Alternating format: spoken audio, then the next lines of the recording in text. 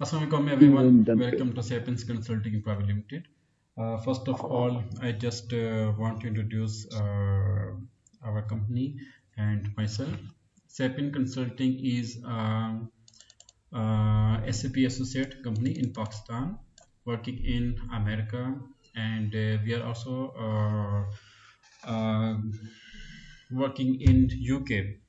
लेकिन यूके और जो गल्फ में अभी जो हमारे जो ऑफिशियल डॉक्यूमेंटेशन है वो अभी इन प्रोसेस है।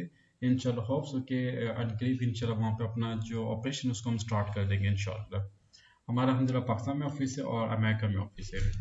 और दिस इज़ मी उमेर शहजाद, और अल्हम्दुलिल्लाह मेरा इंडस्ट्री का तकरीबन 18 साल से ज़्यादा का एक्सपीरियंस है अल्हम्दुलिल्लाह। और ये हमारी अल्हम्दुलिल्लाह टॉप मैनेजमेंट है। You can see they are well qualified and high professional. और ये डिफरेंट जो हमारे पॉइंट्स हैं लाइक पाकिस्तान है और अमेरिका है, सऊदी अरेबिया है, तो उसमें अल्हम्दुलिल्लाह ये अपना अपना जो एक पार्ट है वो जो रोल है वो प्ले कर रहे होते हैं। तो कोई भी कंपनी जो है ना वो देखी जाती है कि उनका एक्सपोजर और उनकी काबिलियत, उनका उनकी प्रोफाइल क्या है, तो उसके ऊपर वो बेस कर रही होती है उनके मेंबर्स कितने क्वालिफाइड हैं। तो जाहिर सी बात है जब कोई आपने अगर कोई सर्टिफिकेशन करनी है या डिग्री आपने अगर प्रोग्राम करना है, तो ये आप देखा देखा जाता है इंस्टीट्यूट कौन सा है, उसकी वर्थ क्या है, स्पेशल जो आपके ट्रेनर्स हैं उसकी अपनी प्रोफाइल क्या है। तो ये चीज़ें काफ़ी ज़्यादा मैटर कर रही होती हैं। मैंने अल्हम्दुलिल्लाह पाकिस्तान में काम किया और इंटरनेशनल लेवल पे काफ़ी काम किया अल्हम्दुलिल्लाह। तो मेरी when I was 7 years old, I used to go to my factory, textile industry Karachi में थी। तो अल्हम्दुलिल्लाह जो बचपन है ना वो भी अल्हम्दुलिल्लाह उसमें गुजरा है, इंडस्ट्री में गुजरे। तो जो हम लोग ट्रेनिंग और सोल्यूशन जो हम लोग प्रोवाइड कर रहे होते हैं, ये डिफरेंट इंडस्ट्रीज में जो हमारे एक्सपीरियंस है, जो एक्सपोजर हैं, जो हमने वहाँ पे सॉल्यूशंस प्रोवाइड किए, जो वर्किंग की, और वहाँ का जो एनवायरनमेंट है, ऑर्गेनाइजेशंस की नीड क्या होती है, डिमांड क्या होती है, रिक्वायरमेंट्स क्या होती हैं। तो हमारा ऑब्जेक्टिव ये है कि हम जो प्रोफेशनल यूथ है, सो जो हमारे यूथ है इसको प्रोफेशनल क्वालिफाइड बनाने के बाद इंडस्ट्री में रेफर कर दिया जाए। अल्हम्दुलिल्लाह इसमें अल्लाह ताला हमें काफ़ी कामयाबी से भी नवाजे। बहुत से इंटरनेशनल, मल्टीनेशनल, पब्लिक सेक्टर और लीडिंग ऑर्गेनाइजेशंस में अल्हम्दुलिल्लाह हमारे काफ़ी अच्छे स्टूडेंट्स जॉब करें अल्हम्दुलिल्लाह। और अभी भी माशा से 2-3 जो सेशन चल रहे हैं उनके भी उनका जॉब इंटरव्यू कंडक्ट करवाना, उनको इंडस्ट्री में इंगेज करवाना अल्हम्दुलिल्लाह। मकसद ये है कि यूथ को प्रोफेशनल क्वालिफाइड बनाने के बाद इंडस्ट्री में इंगेज किया जाए।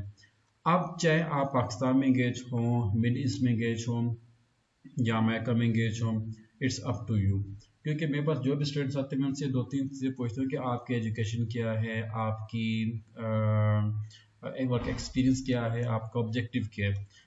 देखिए ज़िंदगी में कामयाबी हासिल करने के लिए ना हमें क्या चाहिए, कामयाबी किस बेस पे मिलती है, आप सब मतलब कि चूँकि रिकॉर्डिंग भी हो रही है तो बहुत से स्टूडेंट अल्हम्दुलिल्लाह लेक्चर देखते भी हैं और यूट्यूब से सुन के आ जाते हैं अल्हम्दुलिल्लाह।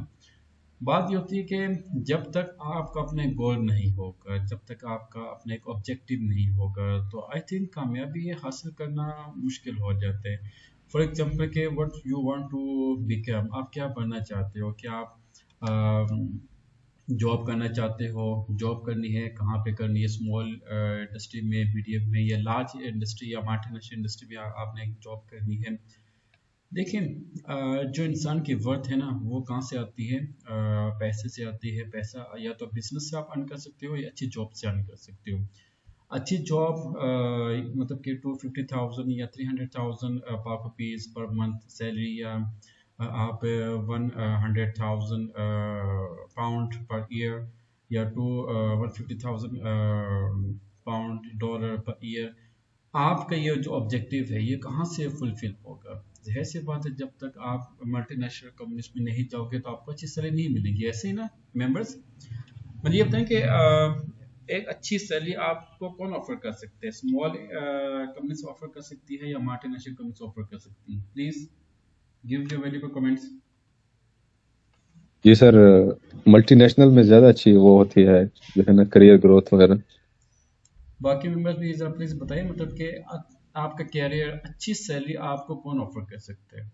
सैलरी हो, अलाउंसेस हो, बोनस हो, पर्क्स हो, please.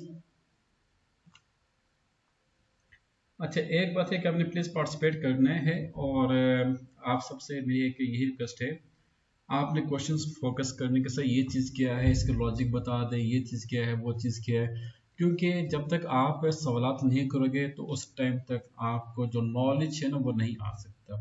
Okay, I just request कि आप प्लीज़ पार्टिसिपेट किया करें और खुद से भी जो है क्विज किया करें।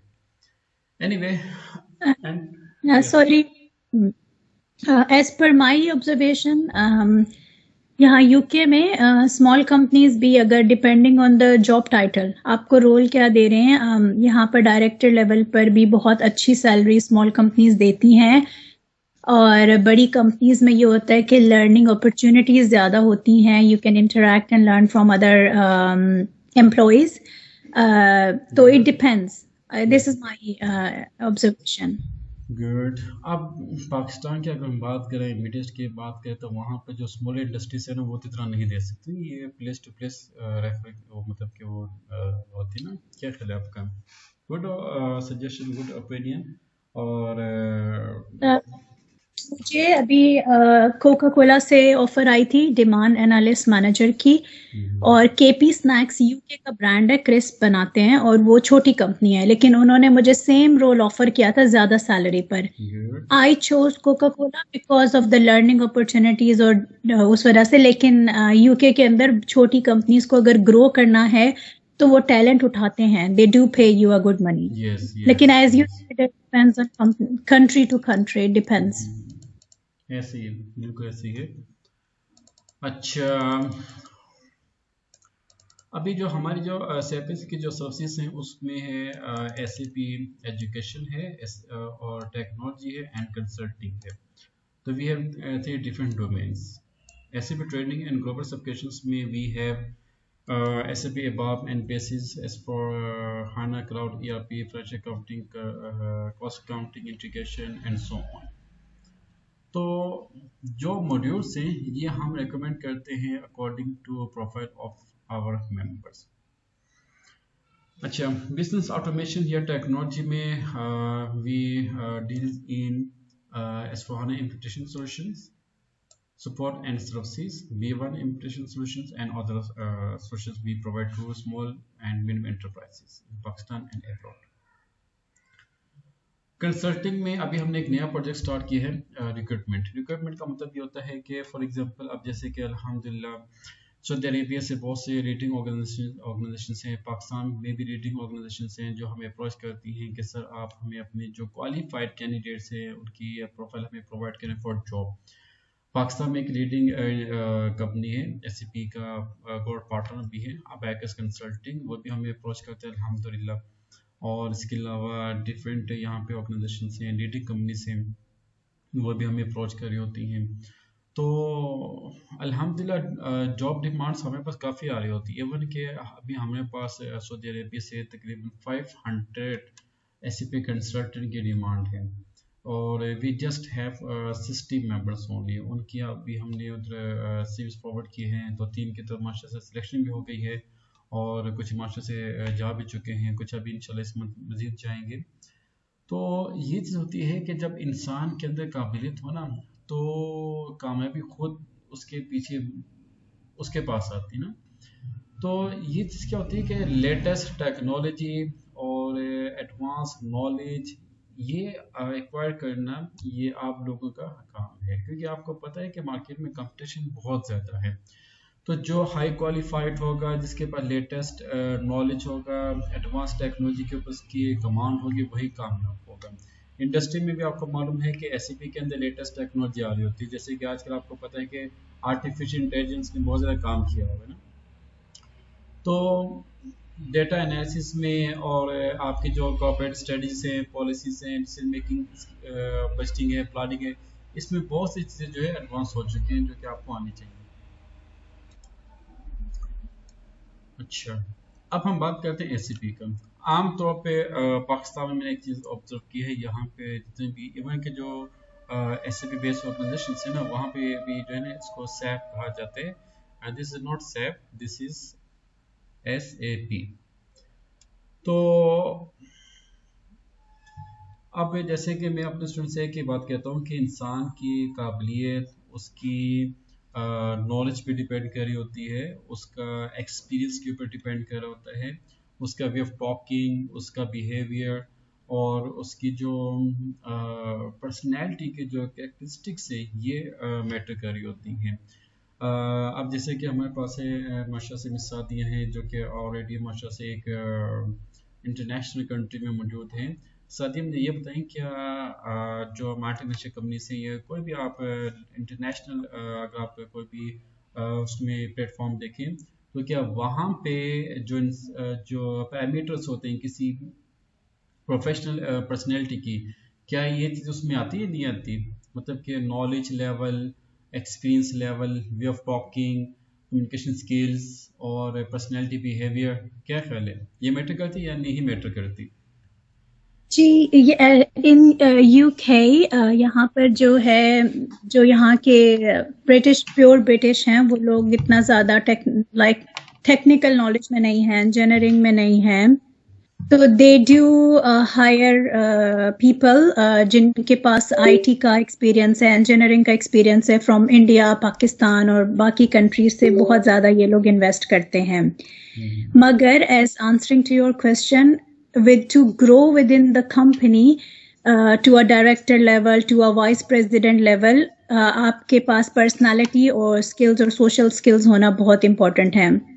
जो आईटी के अंदर टेक्निकल बंदे इंडिया पाकिस्तान के हैं उनको ये लोग इवन कि आपने देखा होगा आजकल हर कंपनी में इंडियंस जो है वो सीईओ बन रहे हैं, लेकिन Pakistanis are not growing up to that level because they are socializing with these Gora people here a lot, वो उनके साथ socialize कर रहे हैं, तो this social element is a very important element to grow to a very senior level position within on a multinational level, I would say. उसमें वो चाहते हैं कि कम्युनिकेशन आती है। आप देखें मतलब कि इंडियन कहते हैं एसएपी और हम कहते हैं सैप, तो गलत हो पड़ेगा भैया, मतलब कि जिसको मतलब ये नहीं पता कि ये एसएपी है सैप है तो उसको बाकी क्या नॉलेज होगा ना।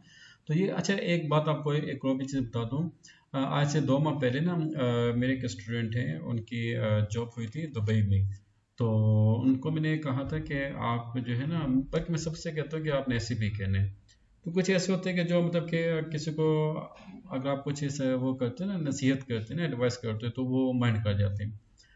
तो एनीवे जब उनका इंटरव्यू स्टार्ट हुआ 25,000 प्लस दिरहम उनकी वो थी सैलरी थी, तो एक उससे पूछा गया कि एक्सप्लेन अबाउट योर सेल्फ, तो उसने बोला कि आई एम सैप क्वालिफाइड, तो उनके जो पहले थे उन्होंने बोला please you can go now.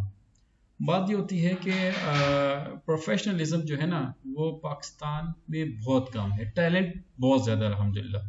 यकीन करें मेरे पास अल्हम्दुलिल्लाह ऐसे भी माशाल्लाह से स्टूडेंट्स आते हैं जो मैट्रिक किया होता है या एफए किया होता है, लेकिन उनका दिमाग तेज़ होता है माशाल्लाह से। बात ये होती है कि देखें वो कहते हैं कि जो इंसान की जो कम्युनिटी होती है वही उसको कामयाब कर रही होती है ना। तो एक तो ये है कि भाई जब तक हम अपनी लैंग्वेज को, कम्युनिकेशन स्किल्स को, नॉलेज को, पर्सनैलिटी, अपनी जो पर्सनैलिटी बिहेवियर जो कैरेक्टरिस्टिक्स है इस पर फोकस नहीं करेंगे तब तक कामयाबी का मिलना मुश्किल हो जाता है। तो अब जैसे कि सादी ने बड़ी अच्छी बात की कि इंटरनेशनल मार्केट में, इवन के अमेरिका में भी ज़्यादा जो है ना वो इंडीज ने ऑक्यूपाई किया हुआ है, और उसके अलावा यूके में आप देख लें, कनाडा में आप देख लो, इवन के मिडल ईस्ट में आप देख लो, वहाँ पे ज़्यादा जो है वो किसने ऑक्यूपाई किया हुआ है, इंडीज ने ऑक्यूपाई किया हुआ है। I am working with Indian since 2008, I know very well them कि वो कितने मतलब कि वो हैं। वो बस क्या होता है, एक तो उनकी लैंग्वेज काफ़ी अच्छी है, और सेकंड ये होता है कि एक होती है ना मतलब क्या उसे कहते हैं रिस्पेक्ट, मतलब कि रिस्पेक्ट देना, ये भी इंशाल्लाह मैं आपको बताऊंगा कि पर्सनैलिटी को गुम हम कैसे कर सकते हैं। तो first of all this is SAP NoteSet और ये जर्मन मल्टीनेशनल कंपनी सॉफ्टवेयर है जो कि 1972 में इसको डिफाइन किया गया था। अब SAP के डिफरेंट, अच्छा एक और चीज़ है जिसको हम आमतौर पे आप सब जानते होंगे, ERP system. ERP stand for enterprise resource planning. अब मुझे आप सब एक चीज़ ये बताएं कि कोई ऐसी कंपनी है जो मनी के बिना चल सके, या कोई ऐसी कंपनी है जिसमें मैन पावर ना हो, मशीनरी ना हो, मटेरियल ना हो, मार्केटिंग मेथड्स। आपके ख्याल में कोई ऐसी कंपनी है जो इन रिसोर्सेज के बिना ऑपरेट हो सकती हो? Please give your comments. नहीं सर, नहीं ये सारी चीजें इसमें होती हैं। मिस सनम आप बताएं। सर, एक कंपनी के लिए तो ये सारी चीजें रिक्वायर्ड होती हैं।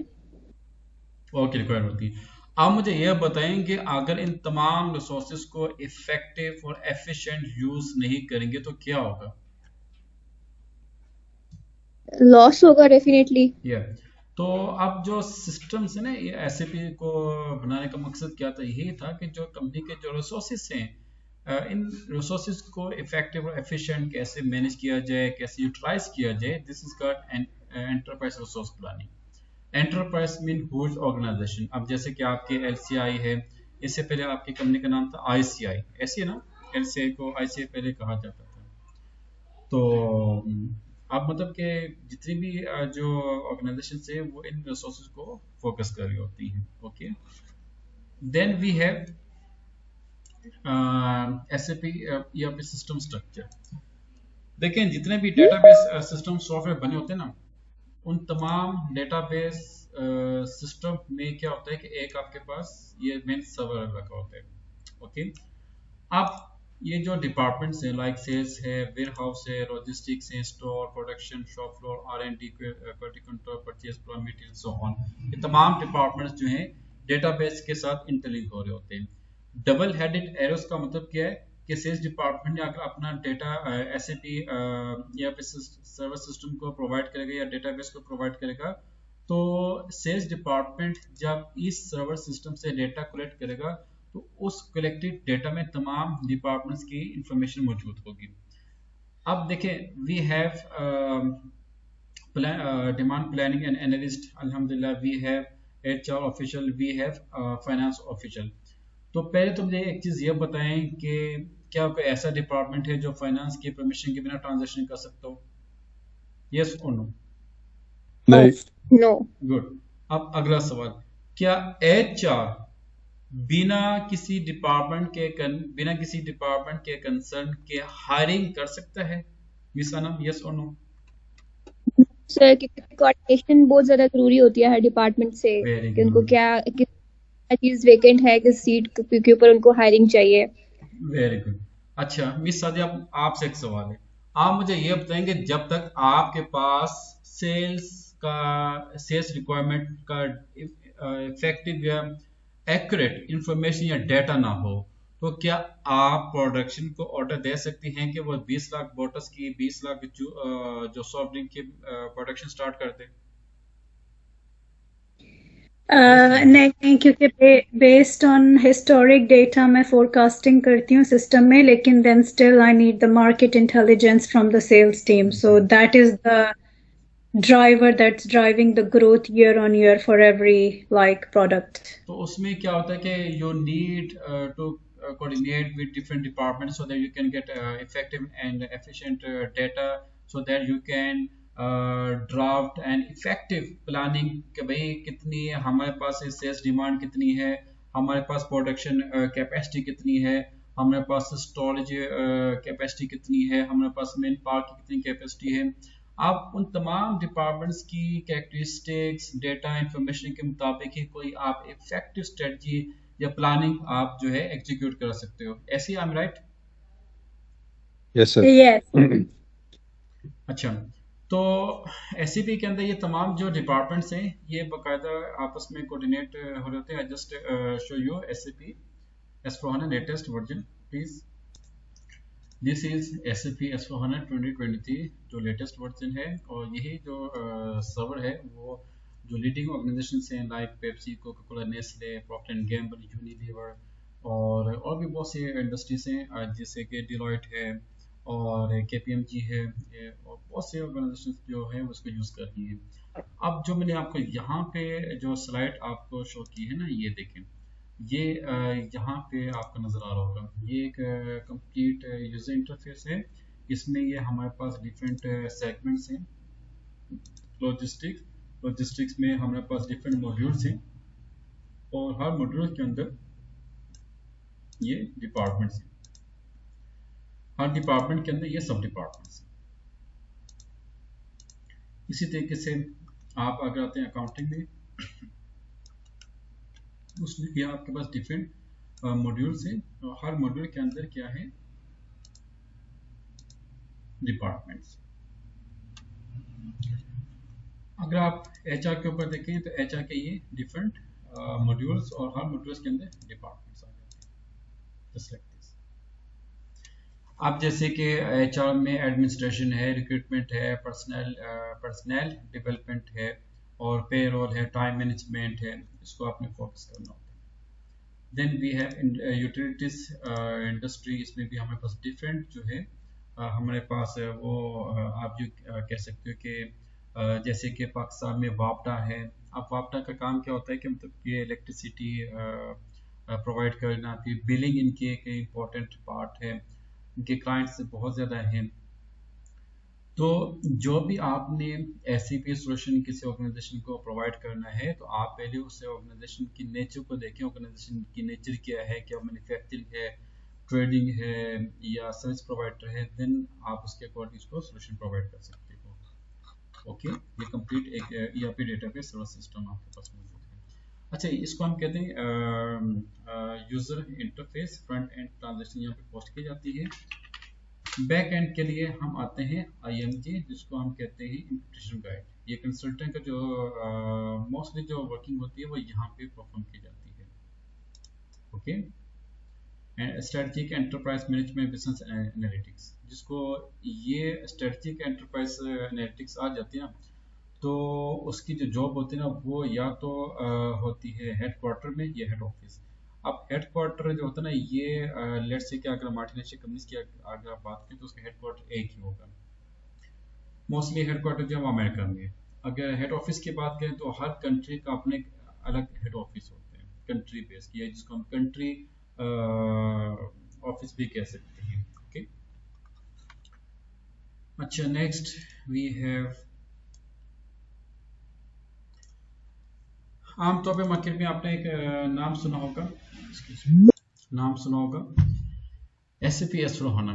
अब ये S/4HANA क्या चीज़ है, देखें, S फॉर सूट और for mean fourth generation, HANA mean high performance analytic appliance. Okay, ये समझे कि SAP का जो मास्टर सॉफ्टवेयर है वो S/4HANA है, जिसमें आपके एनालिटिक्स, जिसमें आपकी बिजनेस सूट और जिसमें तमाम जो आपके फंक्शंस हैं बिजनेस के, चाहे आपके मैन्युफैक्चरिंग हो, ट्रेडिंग हो, सर्विस हो, असेंबलिंग बिजनेस हो, तमाम बिजनेस के जो सेगमेंट्स हैं वो इसमें मौजूद होते हैं। आप ये कह सकते हो कि S/4HANA जो है ना, ये एक बहुत हाईएस्ट लेवल और लीडिंग मल्टीनेशनल कंपनी जो है वो इसी को यूज़ कर रही होती है, S/4HANA को। ये सबसे हाईएस्ट जो है सॉफ्टवेयर है। जिसको S/4HANA के ऊपर कमांड आ जाती है वो B1 भी इजीली परफॉर्म कर सकता है, वो SAP जोड़ को भी परफॉर्म कर सकता है, SuccessFactors को भी परफॉर्म कर सकता है, और उसके अलावा सिग्नेवी को भी इजीली परफॉर्म कर सकता है। अच्छा, इसमें क्या है, इसमें दो चीज़ें आती हैं, एक बिजनेस सूट और एनालिटिक्स। बिजनेस सूट से क्या मुराद है, सूट का मतलब ये होता है कि तमाम डिपार्टमेंट्स, जैसे कि मल्टीनेशनल कंपनीज की अगर हम एग्जांपल लें तो उसमें क्या होता है, ये तमाम जो डिपार्टमेंट्स हैं वो शामिल हो रहे होते हैं, ये देखेंगे। और आप यहाँ पे भी देख लें कि इसमें मुझे ये बताएं कि क्या कोई ऐसा डिपार्टमेंट है जो इसमें नहीं है। आप सर्विस को देख लो, आप ऑर्गेनाइजेशन के जो हैं आप उसको भी देख लें, लॉजिस्टिक्स में आप देख लें। मीन टू से कि जो भी आप सिर्फ इसके मॉड्यूल्स देखें, और आपको जस्ट इसके डिपार्टमेंट्स को काउंट करने में कम से कम 2-3 दिन लग जाते हैं, अल्हम्दुलिल्लाह। मतलब इतना ये लार्जेस्ट ईआरपी सिस्टम सॉफ्टवेयर है। SAP S/4HANA is largest ERP system software of world. अच्छा, ये जस्ट ये डिपार्टमेंट्स हैं, ये मॉड्यूल्स हैं, मॉड्यूल्स के अंदर डिपार्टमेंट्स हैं। और आप ये देख रहे हैं, अकाउंटिंग को भी देख रहे हैं, सर्विसेज को भी आप देख रहे हैं, बहुत सी चीज़ें आपको इसमें मिलेंगी इंशाल्लाह। लेकिन इसमें जो है ना आपकी जो एक्सपर्टीज है वो एक मॉड्यूल में होती है, लेकिन चूंकि आपकी कोऑर्डिनेशन बाकी डिपार्टमेंट के साथ होती है, तो इसलिए आपको, आप जैसे कि HR वाले हैं ना, HR को जो है वो तमाम डिपार्टमेंट्स का नॉलेज होना चाहिए। उसकी रीज़न क्या है कि HR ने जब हायरिंग करनी है तो भाई आपने हायरिंग किस डिपार्टमेंट के लिए करनी है, उसकी वेज टाइप क्या होनी चाहिए, उसकी पे स्लिप में बेसिक सैलरी अलाउंसेस और उसका पर आवर के हिसाब से क्या रेट आपने एडजस्ट करने, उसकी अटेंडेंस, उसकी एब्सेंटीज या लीव्स जो उसने की हैं, कंप्लीट एक पेरोल डिफाइन करना, ये किसका काम होता है, HR का काम होता है। And HR is also responsible to hire effective and professional employee for concerned departments। आप फॉर एग्जांपल अगर हम बात करते हैं क्वालिटी कंट्रोल की, तो क्वालिटी कंट्रोल में आपको पता है कि जो पेप्सी है, पेप्सी के वर्ल्ड वाइड है ना, तो कभी भी ऐसा नहीं हुआ कि मतलब कि कभी आपने सुना है कि पेप्सी की बोतल से कोई छिपकली निकल आई या कोई अजीब सी चीज़ निकल आई या उसका टेस्ट काफ़ी अजीब सा है, यू नो, वर्ल्ड वाइड है जनाब। मतलब कि कभी कोई ऐसा सीन हुआ है या कोका कोला में कभी कोई ऐसा सीन हुआ है? मिस सादिया, आप बताएं क्या कभी ऐसा कभी हुआ सीन? नहीं।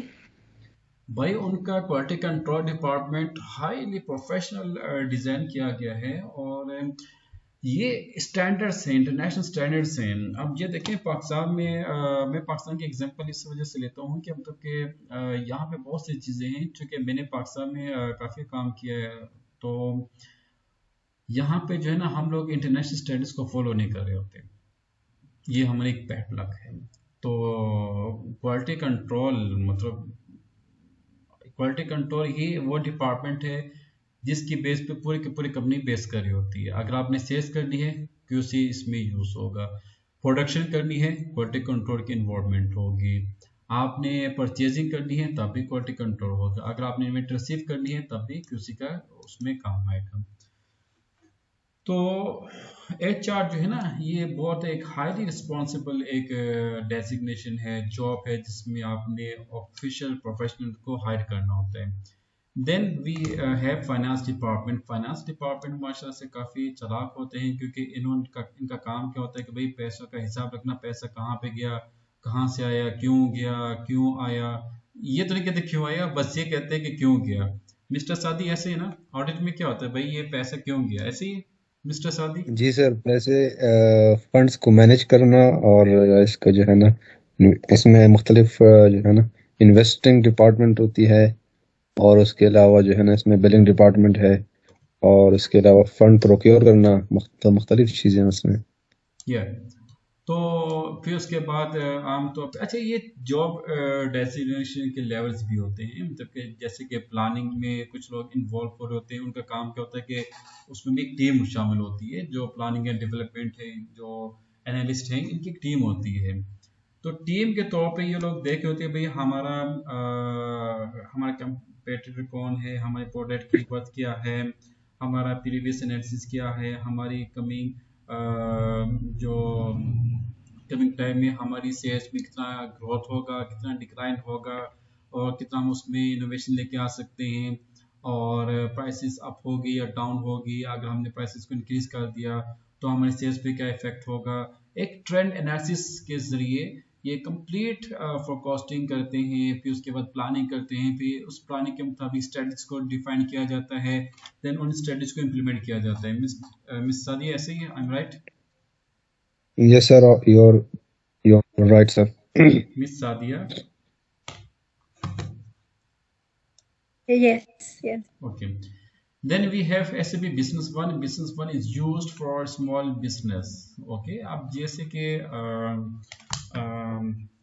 एक ऑर्गेनाइजेशन है जिसमें नंबर ऑफ ट्रांजैक्शन जो है वो 1000 है, तो वो क्या काम करती है, B1 को यूज करती है। अब एक ऑर्गेनाइजेशन में नंबर ऑफ ट्रांजैक्शन तकरीबन 1 लाख परफॉर्म की जाती हैं पर मंथ, तो वहाँ पे तो डेफिनेटली आपको एक हुज सिस्टम की रिक्वायरमेंट आती है। अच्छा, इसको अभी हम ERP सिस्टम कह भी सकते हैं और नहीं भी कहते हैं, लेकिन 70% इसको हम नहीं कहते, 30% इसको हम ERP सिस्टम की तरह कह सकते हैं। Then we have SAP Ariba। अब अरीबा क्या होते हैं, देखिए ये आमतौर पे जो होती है ना सेल्स एंड परचेज, ऐसी ऑर्गेनाइजेशन जहाँ पे डेली सेल्स हो रही हो, जहाँ पे डेली परचेज हो रही हो, तो वहाँ पे क्या होता है कि मैनुअली मतलब कि आप बार बार अपने वेंडर को ऑर्डर प्लेस करते हैं, जो आप जस्ट वंस आप जो है बैक एंड सिस्टम के ऊपर एक ऐसा मैकेनिज्म को डिफाइन करते हो, उसको इम्प्लीमेंट करते हो, तो उसके बाद क्या होता है ऑटोमेटिकली वेंडर्स के पास कोटेशन चली वेंडर के पास RFQ जाती है, फिर कोटेशन आती है, फिर कोटेशन के बाद जो कंपनी के पैरामीटर्स हैं, स्टैंडर्ड्स हैं, अगर तो वो फॉलो किए जाते हैं तो उसके मुताबिक उसका परचेज ऑर्डर ऑटोमेटिकली उसको फॉरवर्ड भी किया जाता है, देन वो सप्लाई भी कर रहा होता है। फिर इनवॉइसेस क्रिएट करना, फिर पेमेंट, ये तमाम चीज़ें जो ऑटोमेटिकली परफॉर्म हो रही होती हैं आपके सप्लायर के साथ, आपके बायर के साथ, कस्टमर या सप्लायर के साथ। ओके, ये भी एक लेटेस्ट सिस्टम है। आमतौर पे ये ऑयल एंड गैस सेक्टर में ज़्यादा ये कामयाब है। या फिर आप देखें अमेजोन के, अगर आप एग्जांपल लो तो अमेजोन में अगर आपने कोई भी चीज़ परचेज करनी हो तो आप जस्ट क्या करते हो, अमेजोन की जो ऑफिशियल जो उनका प्लेटफॉर्म है, वहाँ पे लेट्स से कि आपने शूज़ लिखते हैं या फिर कोई भी आप रैम या लैपटॉप लिखते हैं, तो डिफरेंट जो ऑर्गेनाइजेशन हैं उनके वहाँ पे प्रोडक्ट शो हो रही होती है। अमेजोन क्या काम करता है कि जो उनके सप्लायर्स हैं डेली उनके साथ परचेजिंग हो रही होती है, इनवॉइसेस बनी होती हैं, पेमेंट्स जा रही होती है, या ऑटोमेटिक सिस्टम जो है वो SAP Ariba परफॉर्म कर रहा होता है। Then we have SAP success factors. Success factor जो है इसको ये बेसिकली HR उसकी एडवांसमेंट है। फॉर एग्जाम्पल कि अब आपको मालूम है कि कुछ ऐसे ऑर्गेनाइजेशन हैं जहाँ पे नंबर ऑफ एम्प्लॉयज 10,000, 20,000, 15,000 है। अब हुज नंबर ऑफ एम्प्लॉयज की मैनेजमेंट, उनका रिक्रूटमेंट, उनके परफॉर्मेंस एनालिसिस, उनकी डेवलपमेंट, उनकी कंपनसेशन एंड बेनिफिट्स, उनकी बेसिक पे स्लिप, ये तमाम चीज़ें जो हैं वो सेपरेटली उसको कैलकुलेट की जाती हैं, ताकि जो एम्प्लॉयज हैं उसकी बाकायदा सुपरविजन की जाए, उसकी मॉनिटरिंग की जाए। अच्छा, नेक्स्ट वी हैव सर ये अरीबा के क्या वो है स्टैंड फॉर इसको? अरीबा एक सॉफ्टवेयर का नाम है, अरीबा, इसके मतलब कि एब्रीविएशन को इतनी हासिल अच्छा, नहीं, और ये बेसिकली अच्छा, मतलब ऑटोमेटिक प्रोक्योरमेंट है। ऑटोमेट प्रोक्योरमेंट आप उसको कह सकते हो। यानी कि प्रोक्योरमेंट क्या होता है, प्रोक्योरमेंट में आपकी परचेज रिक्विजिशंस आती हैं, RFQ आती है, परचेज कोटेशंस आती है, परचेज ऑर्डर्स आती हैं, परचेज रिटर्न्स आती हैं, इन्वेंट्री रिसीव आती है, इनवॉइसेस बनती हैं। ये जितने भी प्रोक्योरमेंट प्रोसीजर हैं ये ऑटोमेटिक जो है इसको सर्कुलेट कर होता है, एग्जीक्यूट कर होता है। जी। ओके, सॉरी, मेरा क्वेश्चन है SAP H4 है ना, और SAP Ariba में क्या डिफरेंस है? What good are the good, बहुत अच्छा सवाल किया आपने। S/4HANA जो है ना, ये समझ लें कि ये एक मास्टर और जाइंट सॉफ्टवेयर है। ओके, बाकी तमाम जो सॉफ्टवेयर है ना वो यहाँ से इसको फर्दर आगे एक्सटेंड कर दिया गया है। फॉर एग्जाम्पल, और अच्छा सवाल किया आपने। अब जैसे कि मैं बात करते हैं SAP Ariba। SAP Ariba क्या है? SAP Ariba is specialized in automate procurement and supply management. Okay, अब ये देखिए कि ये जो हमारे पास है S/4HANA, यहाँ पे मैनेजमेंट, मटेरियल मैनेजमेंट भी आपके पास है, यहाँ पे आपके पास एक्सटेंडेड सप्लाई चेन मैनेजमेंट भी आपके पास है, लॉजिस्टिक मैनेजमेंट भी है, आपके पास प्रोडक्शन का भी है, आपके पास सेल्स एंड डिस्ट्रीब्यूशन का भी है। तो आप ये देखें कि S/4HANA के जो 5-6 जो मॉड्यूल्स हैं ना उनको मिलाकर एक नया सॉफ्टवेयर डिजाइन किया गया है जिसको हमने अरीबा का नाम दिया है, जिसमें प्रोक्योरमेंट भी ऑटोमेटिकली होती है और सप्लाई भी ऑटोमेटिकली परफॉर्म की जाती है। This is the big difference. Thank you. So it means like these are the sub-classification of the SAP H4HANA, that they are the... Very Okay. good, Thank very good, very good. You are so intelligent. Now, next we have SAP Joule. You know आजकल जो latest एक जो trend चला हुआ है, chat GPT है, AI है, तो ये है तो वो है। तो एसएपी जो है ना जॉल, ये कंप्लीट जो है आपका एआई बेस के ऊपर है। मीन एआई एज अ को पायलट एसएपी एस/4HANA के साथ मिलकर आपकी जो बिजनेस की जो ट्रांजैक्शंस हैं, for example let's say you are responsible for analysis, you are responsible for budgeting। आपकी ऑर्गेनाइजेशन ये डिसाइड करती है कि what will be happen in our organization till 2030। World wide की जो पॉलिटिकल सिचुएशन आप सबके सामने है, और पेट्रोल की जो प्राइसेस हैं वो भी डामाडोल हैं, कभी टैक्सेस में इंक्रीज हो रहा है, कभी decrease, you know very well, all of you know.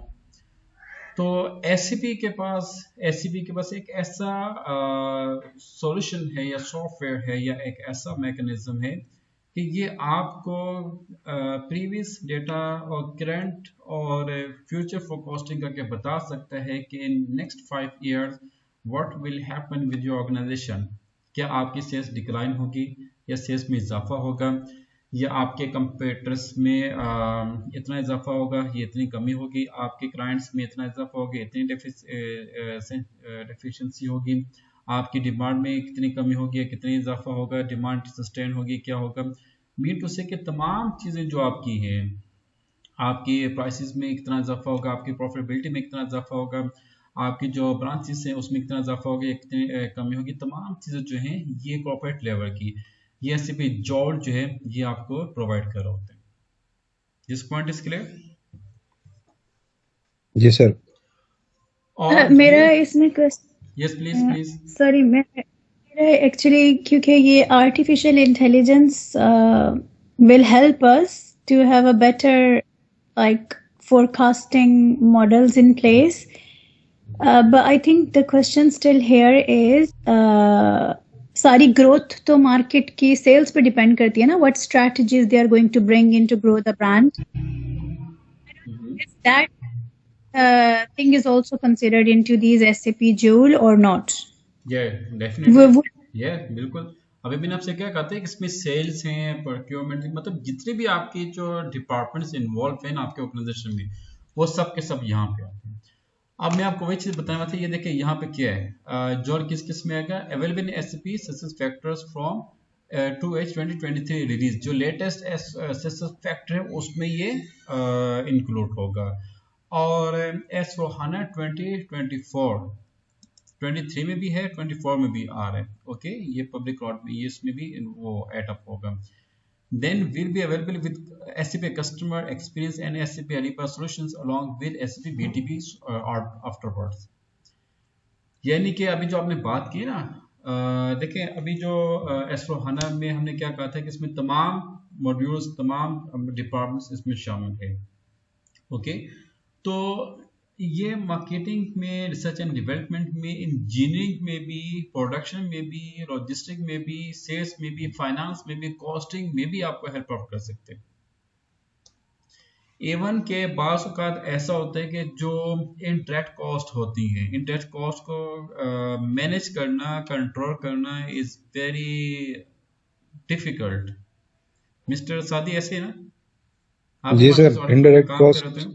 Indirect cost yes please. Indirect cost is a major factor, क्योंकि उसमें जो है ना वेरिएंस आती हैं काफी ज्यादा, तो उसी जो, क्योंकि फिक्स्ड कॉस्ट तो आपकी जो है ना मैनेज हो जाती है जी, लेकिन इनडायरेक्ट कॉस्ट को आपको मैनेज करना होता है, वो आपके बेसिकली उस पर डिपेंड करता है, कंट्रोल्स पर।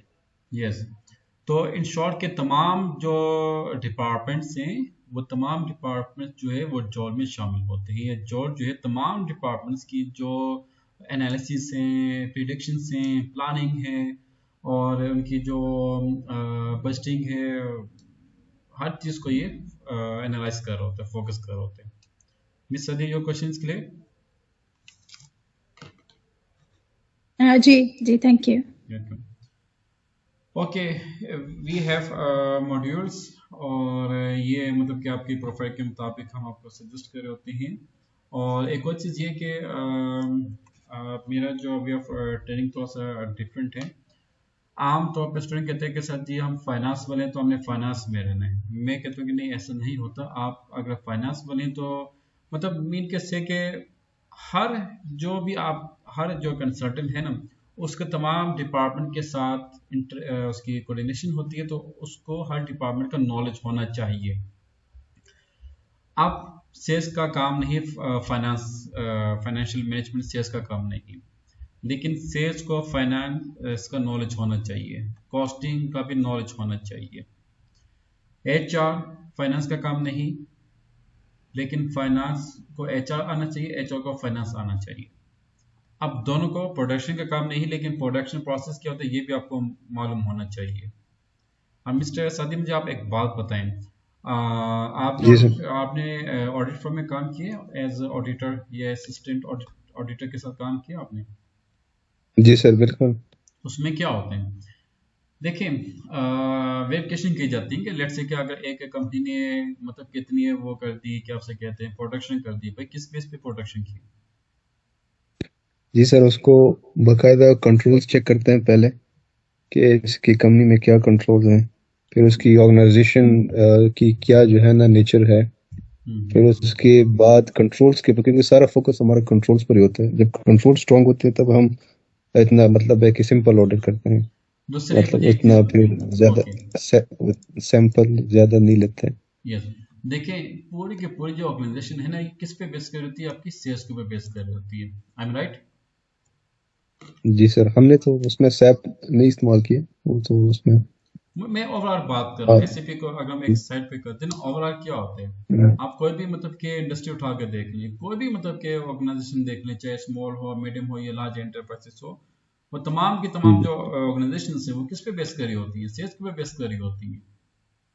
बिल्कुल। मीन टू से कि जितनी भी रेवेन्यू। सेल्स होगी उतनी ही उनकी प्रोडक्शन होगी, प्रोडक्शन ज्यादा होगी तो मैन पावर ज्यादा होगी, जब मैन पावर ज्यादा होगी तो कंपनी को क्या चाहिए? फंड्स चाहिए।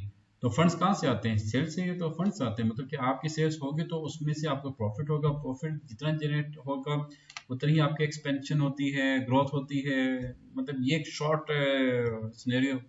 ऐसे ही मिसाल दिया, जो भी मतलब कि कंपनी किसके ऊपर पैसे इन्वेस्ट करती है।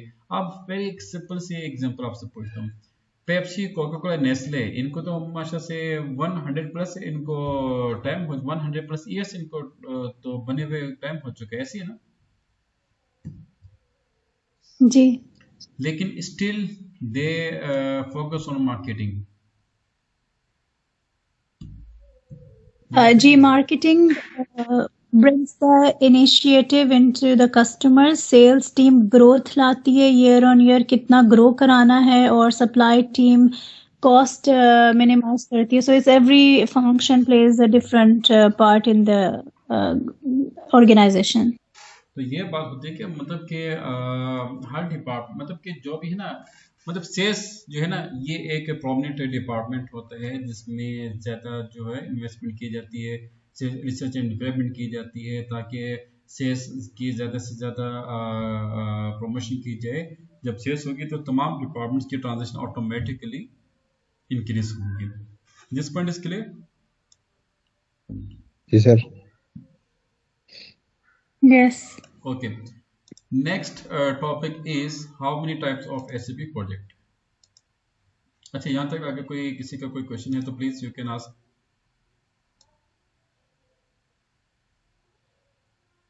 No sir. अच्छा, ये क्या है ये? Okay, next is types of SAP projects. कौन कौन से टाइप्स आते हैं? First of all we have SAP implementation project. इसका मतलब क्या होता है कि एक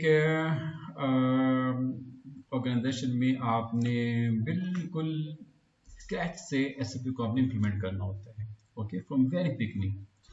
और इम्प्लीमेंटेशन में क्या होता है कि आपके पास एक ऑर्गेनाइजेशन होती है, वहाँ पे आपने एसएपी को इम्प्लीमेंट करना होता है, जिसमें डिफरेंट फेसेस होते हैं, लाइक प्रोजेक्ट प्रिपरेशन फेस है, बिजनेस ब्लूप्रिंट है, रियलाइजेशन है, फाइनल प्रिपरेशन है, एंड गो लाइव सपोर्ट होते हैं। ये 5 इसके जो है फेसेस होते हैं, एसएपी इम्प्लीमेंटेशन के फेस होते हैं। अच्छा, ये मैं आपको नेक्स्ट लेक्चर में भी इसको मैं एक्सप्लेन करूँगा इंशाल्लाह। Then we have SAP roll out project. इसमें क्या होता है कि लेट्स से कि अब अगर हम बात करते हैं पेप्सी के या नेस्ले या कोका कोला की, तो अगर ये अपनी किसी न्यू प्लेस में अपनी ब्रांच ओपन करते हैं या फ्रेंचाइज ओपन करते हैं, तो उस न्यू ब्रांच में इन्होंने एसएपी को भी मूव ऑफ करना होता है। तो ऐसे प्रोजेक्ट्स को हम कहते हैं रोल आउट प्रोजेक्ट्स, और ये ऑलरेडी मैंने आपके साथ शेयर भी किए हैं documents. Then we have SAP upgrade project, जैसे कि ओल्ड वर्जन है ईसीसी, तो बहुत सी ऑर्गेनाइजेशन क्या काम करती है, इसको अपग्रेड करती है ईसीसी टू एस4हाना। इवन के बहुत से ऑर्गेनाइजेशन जो है वो एस4हाना भी यूज कर रहे हैं, लेकिन वो ओल्ड वर्जन है and they want to move to latest version of SAP एस4हाना।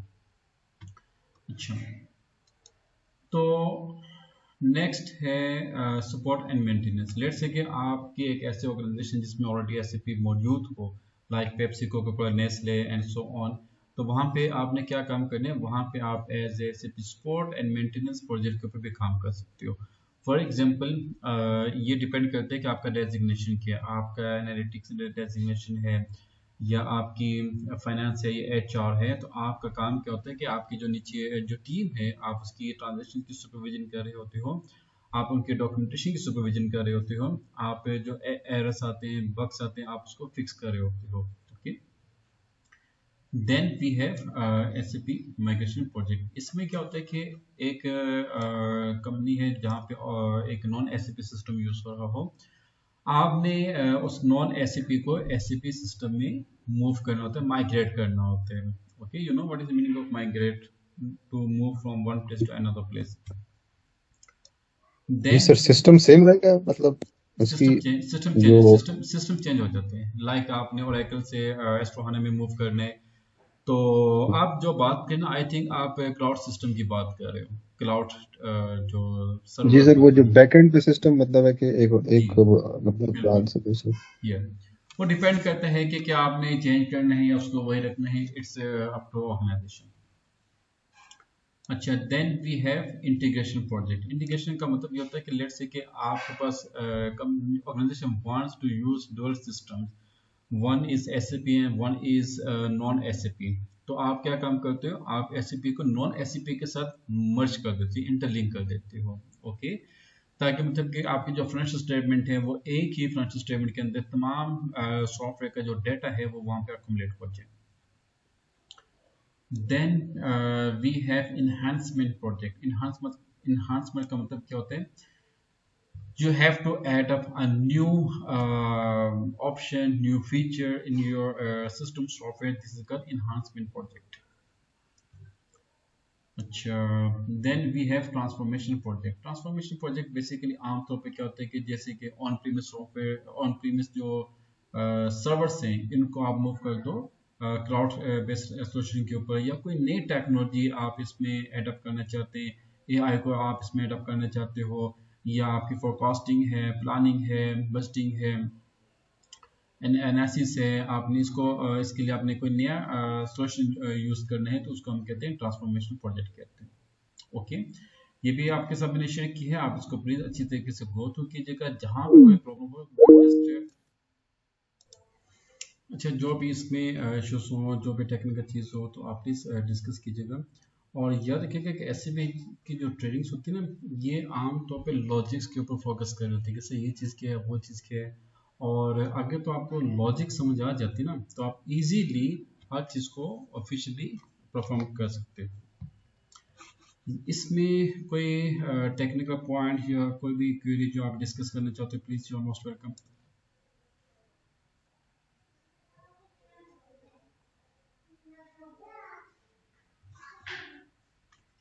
काम तो हमारा बैकएंड भी होता है ना।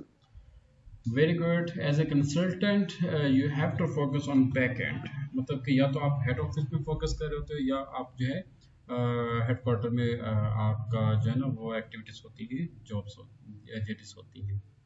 सर इसके लिए प्रोग्रामिंग वगैरह तो नहीं चाहिए था ना? नहीं, जावा वगैरह? No need of any type of programming और डेटा में वो आईटी का वो एक अलग चीज़ है, आप उसमें कोई वो चीज़ नहीं है, क्योंकि इसमें आपका जो काम है ना, आपका जो कंसर्न डिपार्टमेंट है ना, फॉर एग्जांपल के देखिए आप फाइनेंस का काम क्या होता है कि हर डिपार्टमेंट के ट्रांजेक्शन की सुपरविजन करना।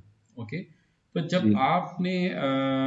आपने प्रोडक्शन डिपार्टमेंट की सुपरविजन करनी है, आपने प्रोक्योरमेंट की सुपरविजन करनी है, आपने एचआर की सुपरविजन करनी है, तो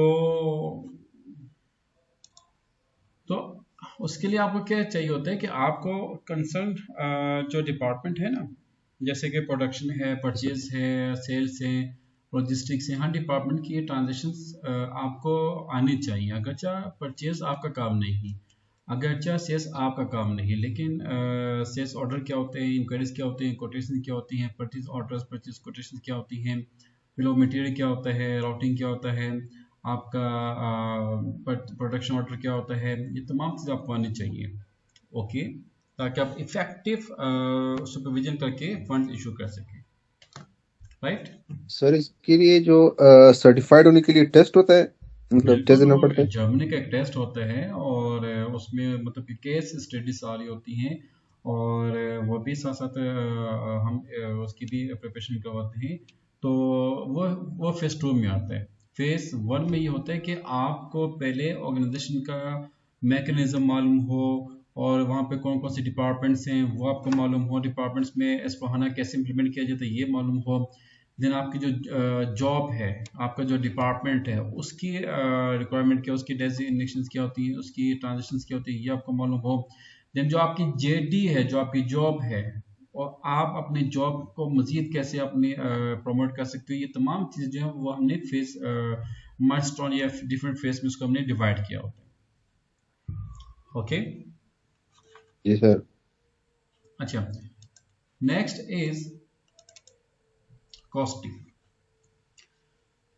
let's say as a consultant, अब जैसे कि मैं आपको प्रीवियस डॉक्यूमेंट में एक्सप्लेन किया how many types of SAP projects, तो उसमें इम्प्लीमेंटेशन का है, रोल आउट का है, जो भी आपके पास एसएपी के प्रोजेक्ट्स आते हैं, तो उसमें आपने क्लाइंट को या ऑर्गेनाइजेशन को आप कैसे सोल्यूशन प्रोवाइड करते हैं।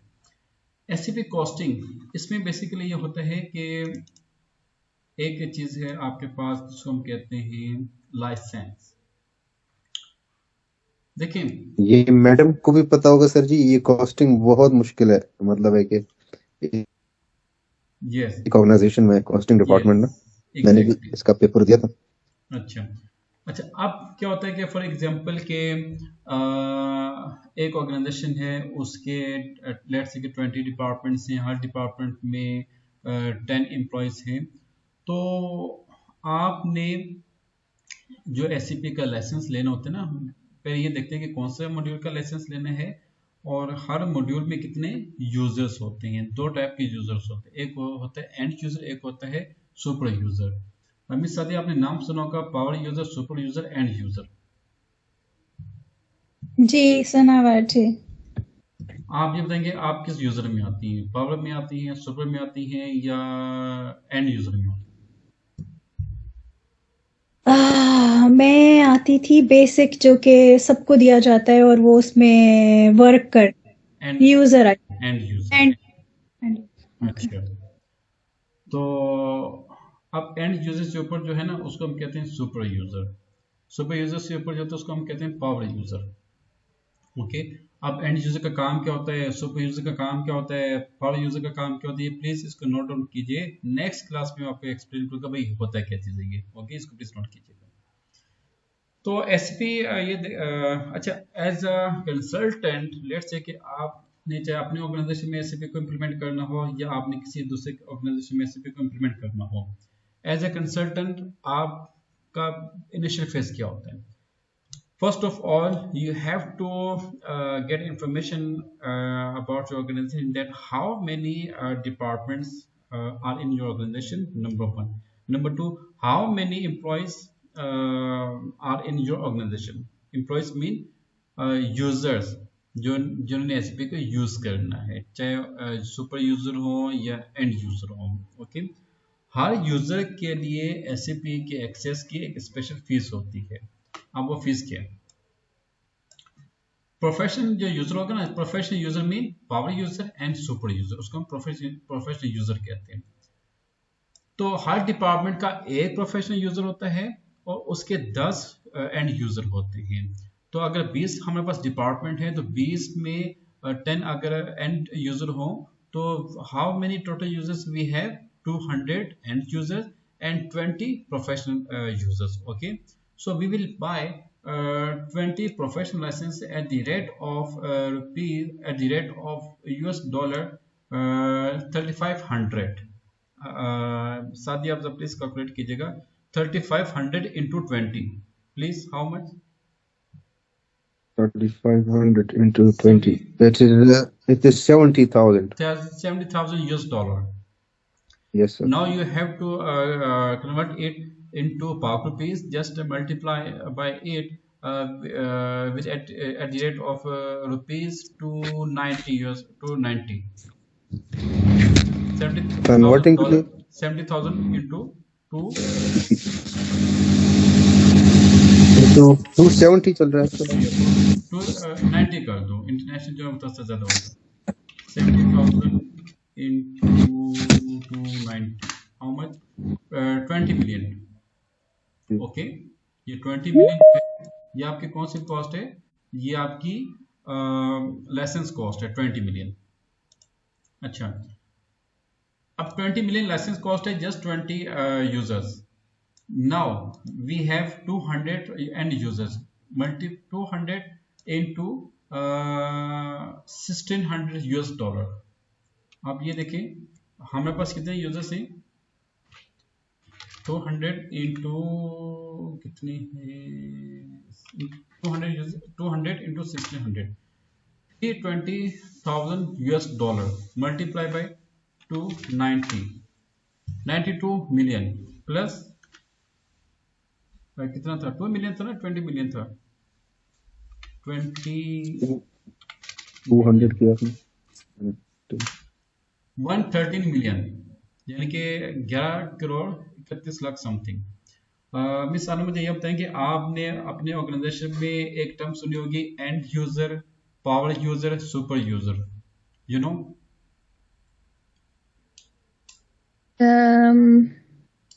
एंड यूजर के बारे में सुने, लाइक बस ठीक है, बस ये हमें ये चाहिए था, क्योंकि कंपनी के अंदर जो एंड यूजर होता है ना, उसको हम कहते हैं यूजर।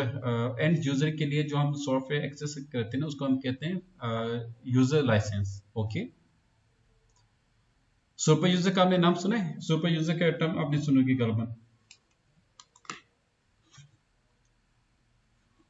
नहीं सर। कोई बात नहीं, ये पूछेगा जरा आपसे, जो मैं सवाल करूंगा वो आपने अपने ऑर्गेनाइजेशन में पूछ के सर ये चीज क्या है, वो चीज क्या है। Okay, sure sure. अच्छा, ये तो ये नाम क्या आपका?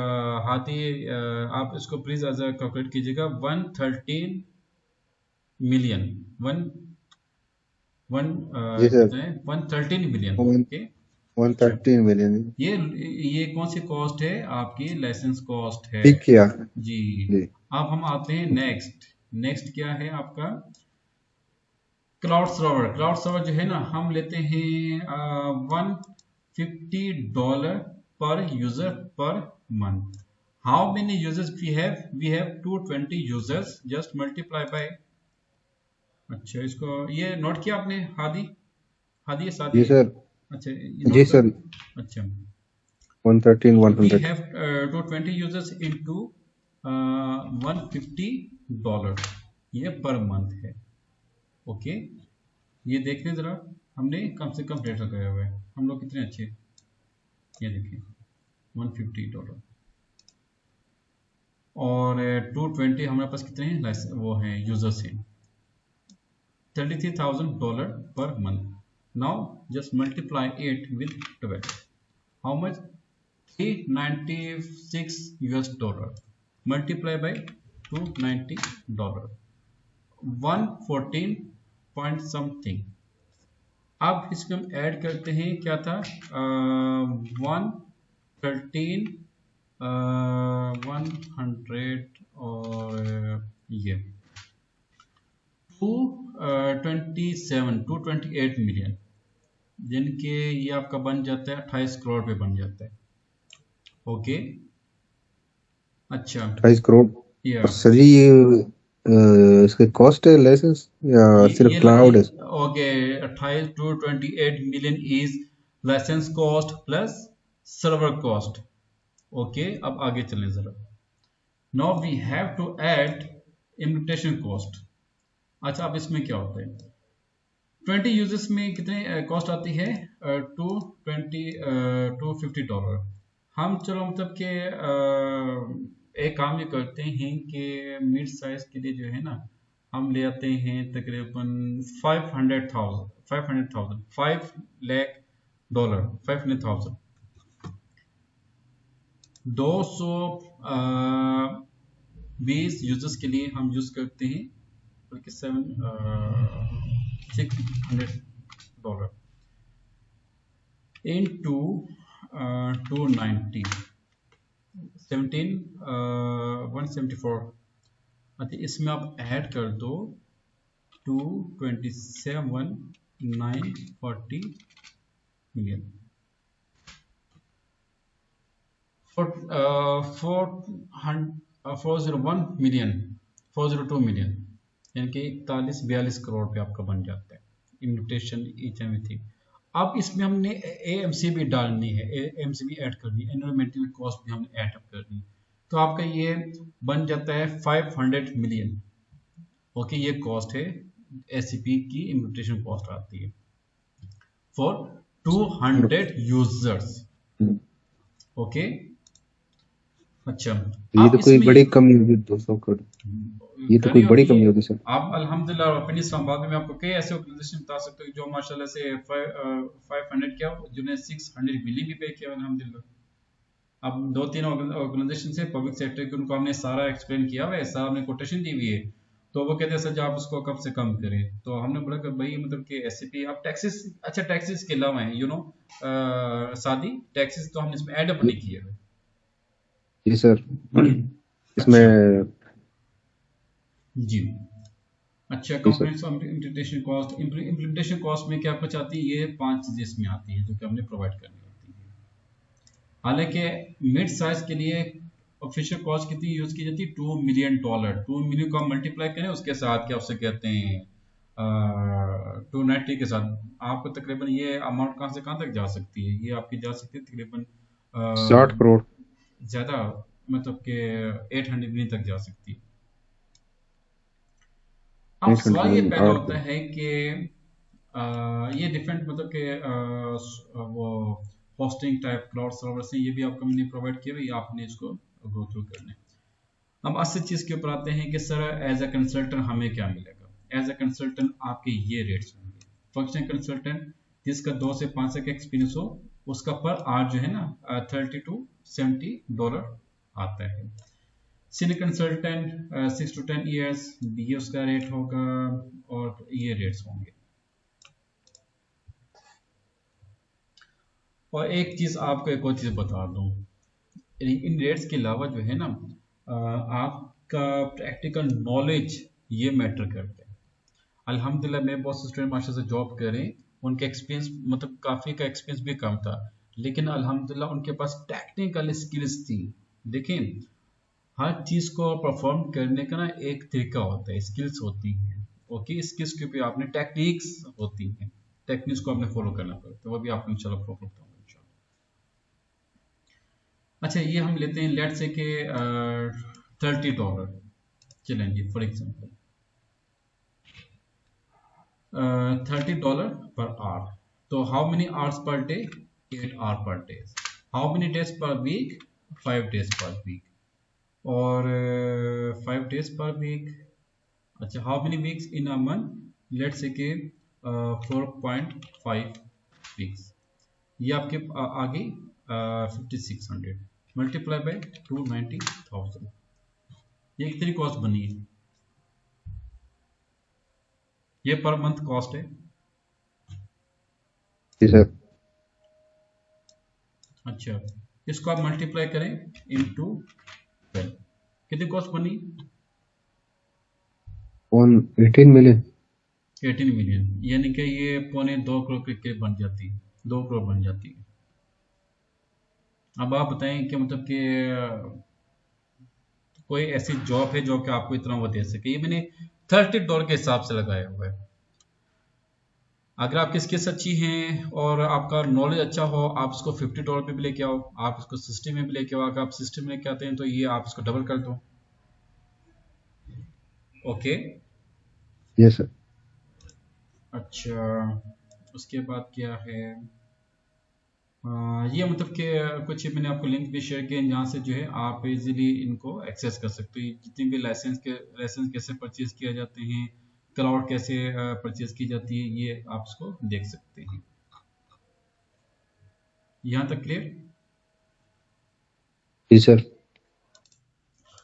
अच्छा, एक और चीज़ प्लीज़ आप ये भी नोट कीजिएगा कि चाहे आपका कोई भी मॉड्यूल हो, चाहे आप फाइनेंशियल अकाउंटिंग के हो, कंट्रोलिंग के हो, मटेरियल मैनेजमेंट के हो, सोर्सिंग प्रोक्योरमेंट के हो, या आईटी के हो, या प्रोडक्शन के हो, एचआर के हो, जो भी आपका डिपार्टमेंट है, चाहे एनालिटिक्स के हो या जो भी डिपार्टमेंट है, या फैक्टर के हो, तो उन तमाम मॉड्यूल्स के लिए ना कुछ बेसिक कॉन्फ़िगरेशंस होती हैं जो कि हमने परफॉर्म करनी होती हैं। अच्छा, अभी ये लेक्चर हमने लास्ट जो कल जो हमने वहाँ पे डिलीवर किया, तो वो अपनी रिकॉर्डिंग भी की है और अपने ग्रुप में भी शेयर कर दी है। ओके, तो वो चूँकि 2 आवर के करीब वो लेक्चर है, तो यही लेक्चर हमने उसमें भी परफॉर्म किया है, तो आपको इसकी रिकॉर्डिंग वहाँ से भी मिल जाएगी, ये भी मैं आपको शेयर कर दूंगा। राइट, अच्छा, अब इसमें क्या होता है कि मैं जस्ट आपको यहाँ पे गो थ्रू करवा लेता हूँ, और रिकॉर्डेड लेक्चर में आपको वैसे भी शेयर किया हुआ है। देखिए, लेट्स से कि why enterprise structure is important for all modules. मुझे ये बताएं कि आपने जो भी कंसल्टेंसी प्रोवाइड करनी है, या आपका जो भी मॉड्यूल है, क्या बिना कंपनी के, बिना ऑर्गेनाइजेशन के आप उसको यूज कर सकते हो? नहीं sir. No. No, definitely you should have a valid organization where you can use your substance of your concern, SAP consultant. Okay, then her company का ना एक फिजिकल ईयर होता है, कुछ ऐसी ऑर्गेनाइजेशन होती हैं जो मंथली अपना फाइनेंशियल स्टेटमेंट को प्रिपेयर कर रही होती हैं, कुछ वीकली फाइनेंशियल स्टेटमेंट को प्रिपेयर कर रही होती हैं, ऐसे ही। Yes, sir. तो हर कंपनी का एक फिजिकल ईयर भी लास्ट में मेंटेन किया जाता है। Then we have posting period variant. देखिए, जहाँ पे फाइनेंशियल स्टेटमेंट होती है ना, तो वहाँ पे महाने या वीकली आपकी फाइनेंशियल रिपोर्ट या फाइनेंशियल स्टेटमेंट, या आपकी सैलरी रिपोर्ट, या आपकी सेल्स रिपोर्ट, वो भी मेंटेन की जाती है। मिस सादी, ऐसे है ना, आपके कंपनी में वीकली होती है या मंथली होती है? ये हमारी 6 मंथ की होती है। सादी, आप miss Sadia? Sadia ji, weekly, monthly and quarterly. Quarterly mean से कि वीकली आपकी बेसिक है। ओके, मतलब कि अब बहुत से ऑर्गेनाइजेशन जो है ना, वो मंथली के ऊपर फोकस कर रही होती हैं। तो ये पोस्टिंग पीरियड वेरी मीन कि आपके जो रिपोर्ट्स हैं, जो आपका मतलब स्टेटमेंट्स है, वो अपने किस टाइम पीरियड के मुताबिक आपने उसको क्रिएट करना होता है। फील्ड स्टेटस वेरिएंट, ये भी मैंने ऑलरेडी एक्सप्लेन किया हुआ है। डॉक्यूमेंट नंबर रेंजेस, ये भी एक्सप्लेन किया हुआ है। और ये आपने कहाँ पे स्टार्ट करना है, यहाँ पे करते हैं। ओके, ये एससीपी का यूजर इंटरफेस होता है, और ये आपकी स्टैंडर्ड बार है, ये टूल बार है, ये सच कमांड होती है। यहाँ पे हम टी कोर्स को यूज कर रहे होते हैं। टी कोर्स में ट्रांजेक्शन कोर्स का हम यूज कर रहे होते हैं। ओके, और ये हमने कुछ नोट्स भी डिफाइन किए हैं, ये भी मैं आपके साथ शेयर कर दूंगा। ये अब फॉर एग्जांपल के एसएपी में आपने सिस्टम का सारा डेटा क्रिएट करना है, ये इसका पाथ है। और यहाँ पे आपने डिफाइंड कंपनी है, defined credit control area, business area, और सेगमेंट, फाइनेंशियल मैनेजमेंट एरिया, ये आपने डिफाइन करना होता है। अच्छा, उसके लिए क्या होगा, SPRO NING, देन आप आ जाओ एंटरप्राइज स्ट्रक्चर। ये छोटा सा एरो है, यहाँ से आप जो है इसको ओपन कर सकते हो। डेफिनेशन आप यहाँ से इसको ओपन करना है। फाइनेंशियल अकाउंटिंग, यहाँ से आप इसको ओपन करना है। ये छोटी सी एक्टिविटी क्लॉक है, आप यहाँ पे इसको ओपन करके तो अपना जो डेटा वो यहाँ पे क्रिएट कर सकते हैं, राइट। ये ऑलरेडी मैंने लेक्चर रिकॉर्ड किया हुआ है और वो मैंने ग्रुप में भी शेयर कर दिया, आप इसको देखें और इसको आपने अपने लैपटॉप में अपने एक कंपनी को क्रिएट करने हैं, चाहे आप अपनी कंपनी क्रिएट कर लें, ये ज़्यादा बेस्ट है। और अपनी कंपनी को क्रिएट करने के बाद जो आपकी जेडीस हैं हमने उसको भी फोकस करना, अंडरस्टूड। तब आपको जी ये सर। ज़्यादा मतलब कि प्रैक्टिकल एक्सपोजर आएगा, जो आपका रियल जो सिनेरियो है आप उसको एससीपी के ऊपर इम्प्लीमेंट करते हो, और यही आपका ना एक लर्निंग प्लेटफॉर्म भी आपको बहुत अच्छा प्रोवाइड कर दीजिएगा इंशाल्लाह। तो बाकी जो नेक्स्ट लेक्चर है वो मैंने आपको शेयर भी कर दिया, आप उसको प्लीज़ अपने लैपटॉप में अपने एससीपी के ऊपर आप उसको इम्प्लीमेंट करें। नेक्स्ट क्लास इंशाल्लाह सैटरडे को होगी। नेक्स्ट क्लास से पहले पहले जो नोटिफिकेशन है वो आप उसको कंप्लीट करें। ड्यूरिंग वर्किंग जहाँ पे आपको कोई प्रॉब्लम हो या इश्यूज हो, आप प्लीज़ उसकी स्क्रीनशॉट लेके ग्रुप में शेयर कर दें और मैं आपको उसका आंसर कर दिया करूँगा। और याद रखिएगा ये जो एससीपी की ट्रेनिंग है ना, ये आपकी प्रैक्टिकल बेस है, ओके। आपने वीकली असाइनमेंट को लास्ट में कंप्लीट करना होगा आपको। Is there anything you want to discuss please? जी sir. Okay, thank you so much.